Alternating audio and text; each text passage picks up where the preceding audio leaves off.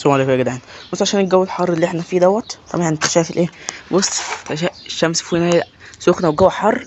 ده ايه؟ عشان الحمام عندك ما يجيلوش مثلا ايه احتباس حراري ولا حاجه.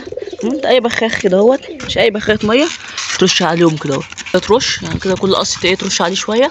لو تطلعه كمان ايه افضل من الباب، وترش تحت جناحاته كده اهوت ايه، وتروق على القصوص كده اهوت. برضه عادي لو جت على الزغليل عادي برضه. كده كده الجو حر، ما كده الجو حر وما بتنشف بسرعه.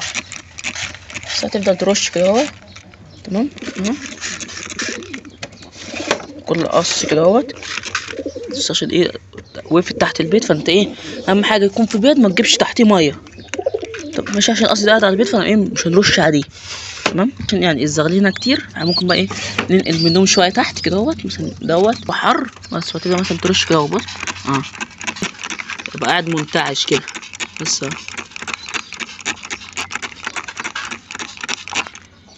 وبس كده.